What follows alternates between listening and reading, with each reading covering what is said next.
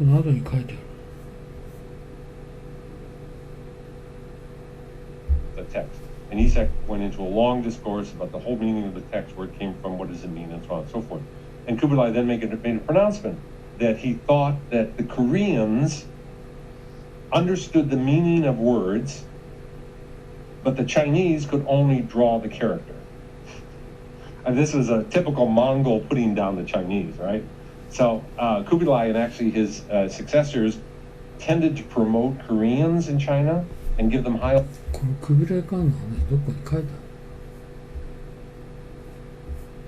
る？ずっと後かな。ああ、これ補足説明で書いてある。あれ？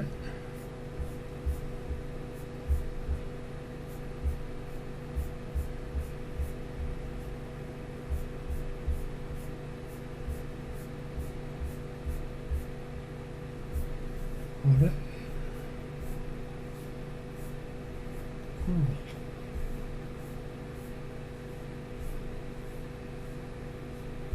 かなかったかな。気のせいかな。どっかに不備来があるの？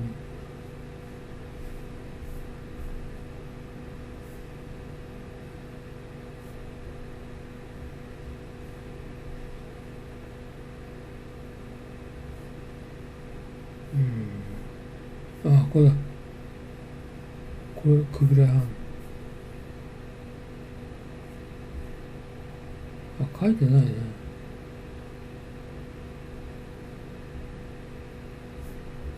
書いてない。書いてない。イーセクってね、まあいいか、これはね。まああんまり重要ではない。Offices, because they weren't Chinese. They were beholden to the Mongols, and then of course, they intermarried with the Korean royal family, and the last 7 kings of the Goryeo period didn't even have Korean names. They were all Mongol. They were trained living in China, in Mongol China. So, but the whole idea was that the early Confucianism in Korea was basically bureaucratic, and later Confucianism is highly philosophical. So you have to be able to argue something. Also, they changed the nature of the exams. In the first set of exams in the early period, how well did you write? That was the question. And the next thing, what did you write? And what was your reinterpretation of a meaning rather than how well you could write about it?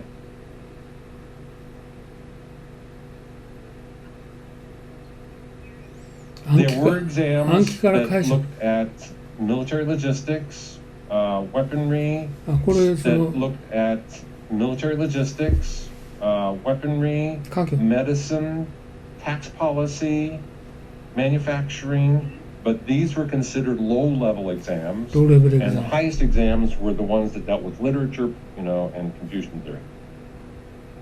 Yeah. Actually, there were a whole set of military exams in Korea that you could get rank by taking these exams. これ面白いこと言ってんだね。だから今のさ、日本の教育ってのはローレベルエグザムだって言ってんだよ。ああ、なるほど。ハイレベルは自学だ。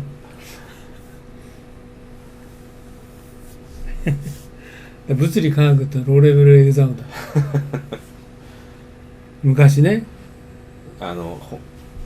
従属的、宇野さんが前言った従属的と。だからいや歴史はやっぱりさ、こうやって時々紐解いて勉強しないとさ、忘れちゃうよね。And up until the 12th century, most of the highest office holders were actually of military families that had made their way into the bureaucracy as military. And for a while, they actually took over civil functions during the Che regime, and that's when they became known as Yangban, which means that the military. リャンバン忘れた。リャンパンっていうのは貴族っていう訳してたけど、両藩って書いてね、リャンパンって言うんだけど、どうもね勉強してって僕は思ったのはそうじゃなくて、いわゆるそのギリシャの時代の市民奴隷、そういう関係みたいね。で市民は仕事しない、ギリシャ時代で、朝鮮もそうなんだよね、仕事しないで、奴隷が仕事をすると。usurped the right of civil officials and they governed both sides of the aisle. Later on, the military are overthrown and the bureaucrats take both sides of the aisle. Yeah. Low-level exams. I know that some of them can commoners not take. So there's a differentiation between like ones that have the ability to take and the ones that actually common take and get The people of low rank, well, first of all, nobody can take an exam unless they're schooled. All right, that'd be able to read and write. Normally, commoners couldn't take the exams; they would not be schooled. So, until the development of national academies, basically you had to educate yourself at a private school, and landowning gentry would develop their own schools for their children, and they would then invite teachers in to teach them how to read and write. But the distinction between what type of low-level exam versus high-level exam is really what level of office you can be appointed to after taking the exam. So if you are a country magistrate whose only responsibility is to collect taxes, then that's a low-level position. You're not in the capital, you're not near the king, you're not in the central government, you're out in the こ country. のカリーっていうのはこう日本のさ国家公務員試験の上級試験とさ一般試験と同じだよね。You're just keeping. Or if you are 多分ね part of そういうのそういう歴史をね日本の政府も反映してんだと思うんだよね。population, Department of Public Works, where you have to keep a census of a local village, that would be a low-level exam. And the idea was that you took a simple exam on mathematics and statistics and so forth, you passed that, and then you were assigned to the countryside, and that would give you a position, but you could not rise up in rank from provincial to capital, and within the capital from lowest level to the prime ministership, unless you had taken certain exams. So every... No. Even in the military? Commoners can become part, enter into the military. Yes, they can. Yes, yes. And that was true all the way up to about the 15th century. Then the Confucian bureaucrats decided they wanted to be military, so they took over military functions. They didn't know how to do it, but they took over it. But throughout the Koryo period, late Shilla period, you could join the military and keep signing up for it, after tours of duty. And in time, if you did well, you could actually get a rank within the military, and that your children then would get automatic ranks thereafter. So the mobility within the Three Kingdoms and Koryo period was oftentimes through military.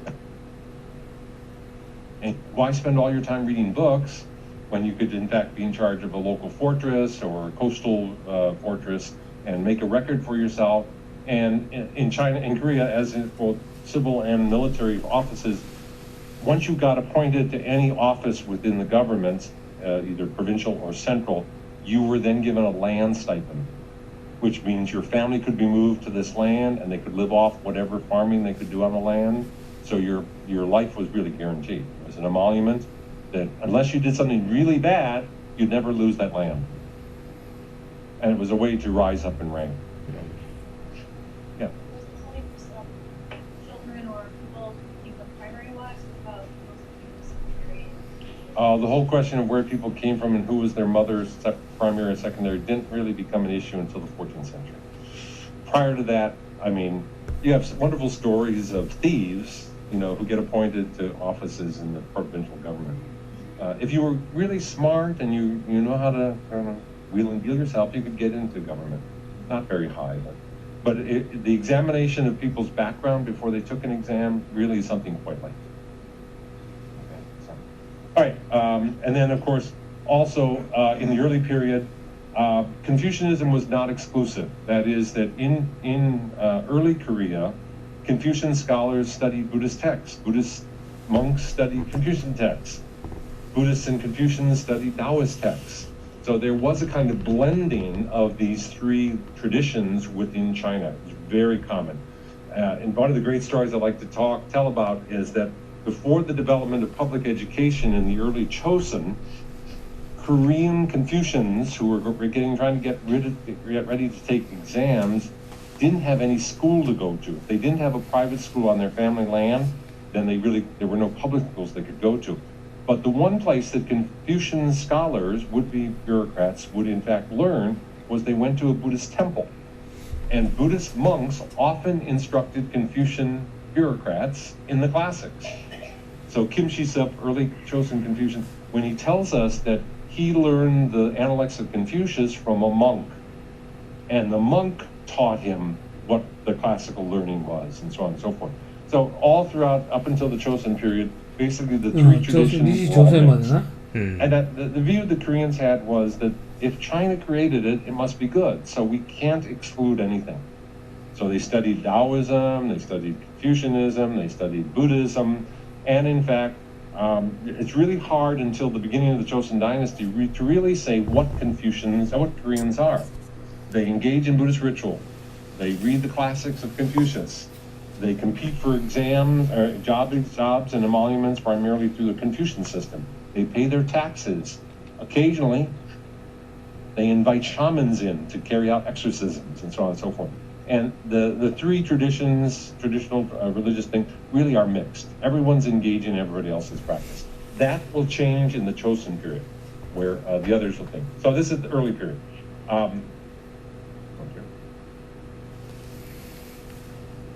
Okay, now we're in Japan. Same thing occurred in Japan. As early as this. これ日本のこと言って次そうかな。これだ。これ。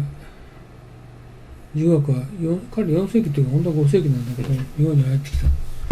古事記 Records of Ancient Matters of Japan にその記述がある。11世紀まではこうした朝鮮からの文字の指導を受けて女性による文学文字の指導を受けて女性による文学が栄えた。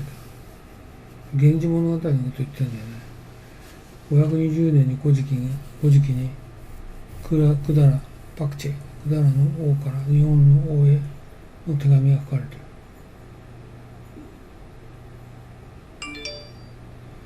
そこには仏教の僧侶を派遣することが書かれていたが日本はそれ以前から儒教のことは知っていたようだ。で実際にはこれは日本への伝来日本への儒教が伝わったのは仏教よりも早く携帯天皇ってさっき出したでしょ、歴史が書かれ始めたこ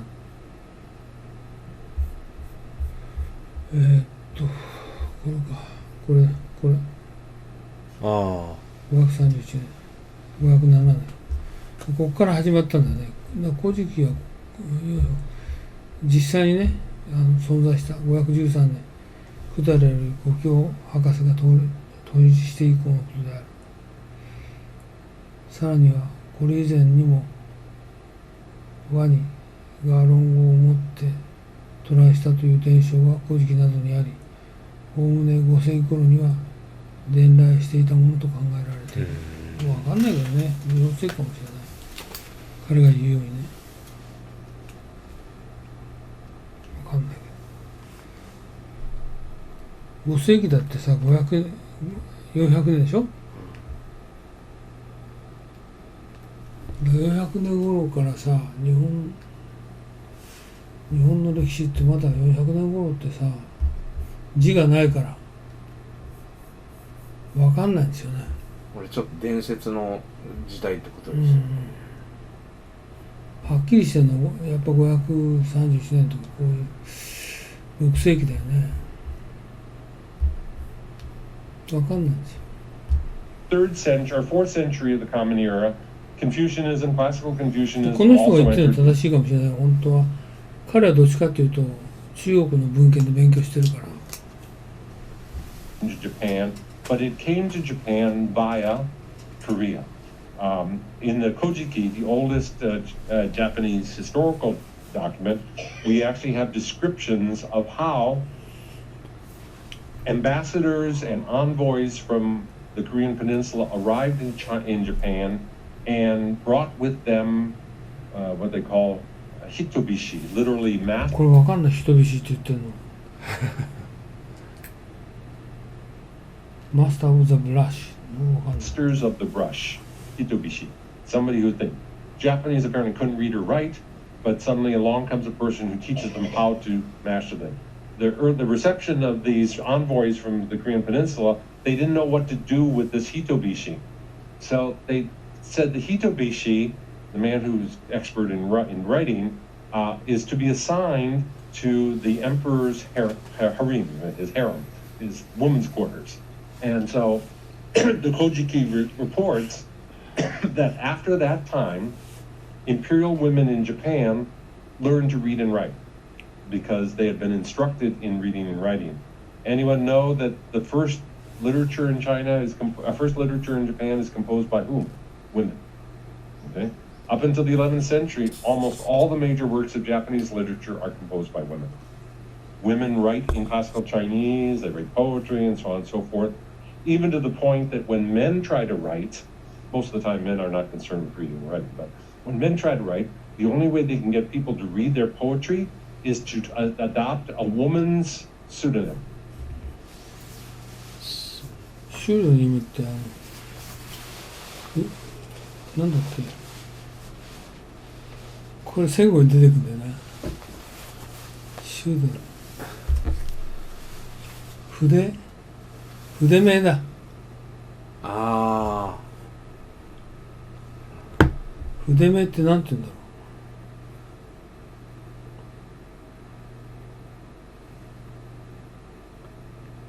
う。ペンネームみたいな。あ、そうそうそうそう。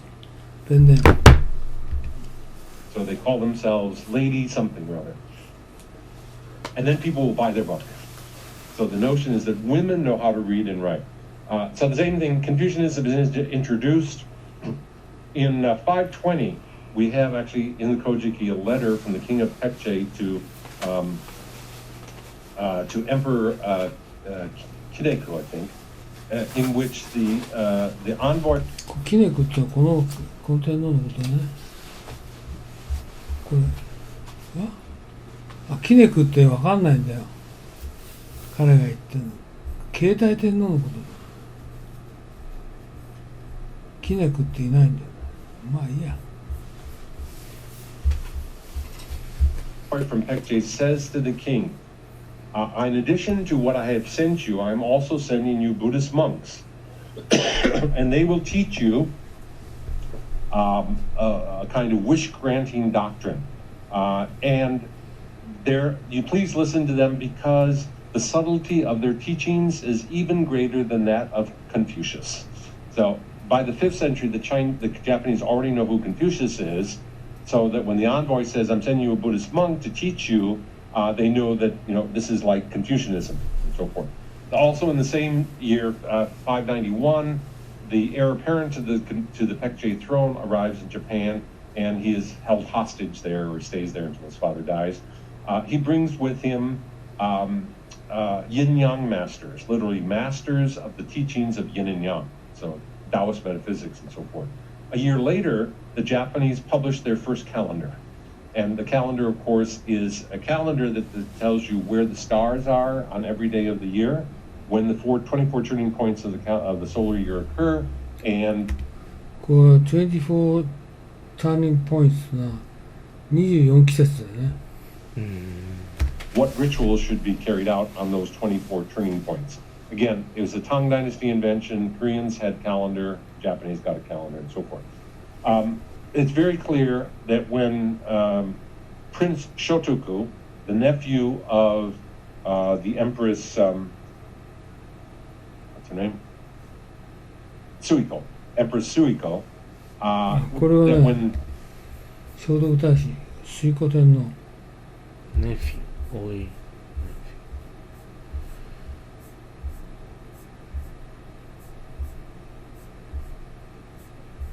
ここ592年推古天皇。女だなこれ。初の女帝って書いてある。まあ言われても俺日本史まとめて勉強しないでよくわかんない。 Prince Shotoku takes Suiko is in fact in her minority, and Prince Shotoku becomes the regent. That Prince Shotoku, who writes the first constitution of Japan, in fact starts off with with the phrase, harmony is to be valued. Let everyone in Japan learn the teachings of the three sages, Lao Tzu, Confucius, and Buddha. And the 17-article constitution promulgated by Prince Shotoku, in fact, emphasizes the need for Japanese to learn the traditions of China. Okay? The second article of that constitution says, warfare among the uji, among the various clans, is to be avoided. Again, Japanese society is one in which there was constant warfare among clans that controlled different areas of China. The first clan names that appear in Japanese history are actually the names of areas. So the Izumi clan is actually an area where rice is grown in the north 泉ってわかんないな。部族の名前だ。 west side of the island of Honshu.